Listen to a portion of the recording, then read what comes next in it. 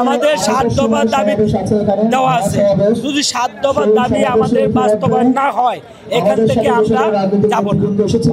1 নম্বর দাবি হয়েছে চেয়ারম্যানের পদত্যাগ, 2 নম্বর দাবি হয়েছে মিটার রিডার কাম মেসেঞ্জার চুক্তিভিত্তিক থেকে নিয়মিতকরণ, 3 নম্বর দাবি হয়েছে আমাদের লাইনম্যানকে নিয়মিত করা, থেকে মুক্তি করা।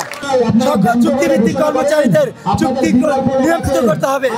এই চুক্তি নিয়মিত না করলে আমরা শহীদ মিনার চত্বর ছাড়বো না। প্রয়োজনে আমাদের সেন্ট্রাল কমিটি থেকে যে সিদ্ধান্ত দেবে আমরা সেইভাবে কাজ করব এবং আমরা যতক্ষণ পর্যন্ত আমাদের 7 দফা দাবি মেনে না নেবে ততক্ষণ পর্যন্ত আমরা এখানেই অবস্থান করব। আমরা ঈদ করার প্রস্তুতি নিচ্ছি, এখানে ঈদ করব, কিন্তু আমরা দাবি না মানা পর্যন্ত এখানে যাব না। সরকারের কাছে জানতে চাই, আমরা এই যে 14 কোটি জনগণের সেবা দেওয়া প্রতিষ্ঠানের 45,000 কর্মকর্তা কর্মচারী, আমরা কি অন্য কোনো দেশ থেকে আসছি? আমাদের দিকে কেন আপনাদের নজর নাই? কেন আমাদের এই অবস্থান থেকে তারা গোপনে আমাদের সাথে কথা না বলে ওই আরিবির সভাকক্ষে সেখানে অবস্থান করছে এবং সেখানে গিয়ে সংস্কারের কথা বলছে, আমাদের দাবি দেওয়ার পক্ষে কথা না বলে সংস্কারের কথা বলছে। এবং আমাদের বিদ্যুৎ উপদেষ্টা মহোদয় উনি স্পষ্ট বলে দিয়েছেন যে আমরা সংস্কার করতে পারবো না, সংস্কার করবে নির্বাচিত সরকার। আর জনগণ এবং ছাত্র জনতা আপনাদেরকে 24-এর গণঅভ্যুত্থানের মাধ্যমে এই দেশে আনছে সংস্কারের জন্য। আর আপনারা যদি বলেন যে আমরা সংস্কার করতে পারবো না, সংস্কার করবে নির্বাচিত সরকার এসে, এটা কেমন কথা? অনেকেই এই পল্লী বিদ্যুতের দুর্নীতির সাথে জড়িত আছে।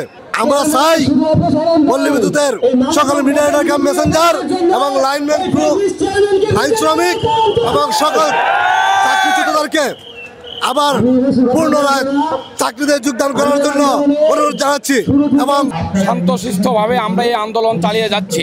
যদি আমাদের এই বিজয় ছিনিয়ে নেওয়ার জন্য আমাদের কঠোর থেকে কঠোর পদক্ষেপ নিতে হয়, সেটা আমরা 45,000 কর্মকর্তা কর্মচারী নিতে বাধ্য হব। এখন পর্যন্ত আমরা শৃঙ্খলভাবে আমরা এইখানে এই মাঠে আমরা 13 দিন যাবৎ আমরা আমাদের আন্দোলন, আমাদের অধিকার সম্পর্কে আমরা বলে যাচ্ছি। আমরা এই জাতিকে জানাতে চাই পল্লী বিদ্যুৎ কিভাবে নির্যাতিত হচ্ছে ওই বিআরবি স্বৈরাচারের চেয়ারম্যানের হাত ধরে।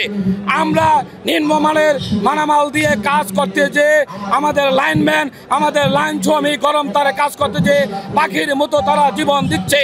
আমাদের কমপ্লিট কথা, 7 দফা দাবি 1 দফা বাদ যাইতে পারবে না। আমাদেরকে মানুষই মনে করতেছে না। যদি মানুষ মনে করতো, দেশের নাগরিক মনে করতো, একবার আইলো আইসে এখানে দেখতো। আজকে 13 দিন যাবত আমরা রোদ বৃষ্টিতে ভিজে এখানে আমরা অপেক্ষা করে এই আন্দোলন চালানো করতেছি। আমরা তীব্র নিন্দা জানাই এবং আমরা চাই অতি দ্রুত এই সমাধান হোক। আমাদের এখান থেকে স্বাধীনতা না নিয়ে আমরা বাড়ি ফিরতে পারবো না। কি কারণে? আমরা যদি বাড়িতেই ফিরি তাহলে আমরা আমাদের পল্লী বিদ্যুৎ সিস্টেমে আমরা কাজ করতে পারবো না। মৃত্যুবরণ করবো, তারপরেও আমরা দাবি আদায় না করে আমরা বাড়িতে ফিরবো না। এটা আরিবির দুর্নীতি। আরিবি একঘেয়েমি করতেছে। জানুয়ারির 24 তারিখ থেকে শুরু করছি, ওই সময় আমাদের বলছে যে আমরা বিএনপি জামাতের দোসর, আর এখন আমাদের বলছে যে আমরা আওয়ামী লীগের দোসর। এই কথা বলে আমাদের আন্দোলনকে দমায় রাখতে চাইতেছে।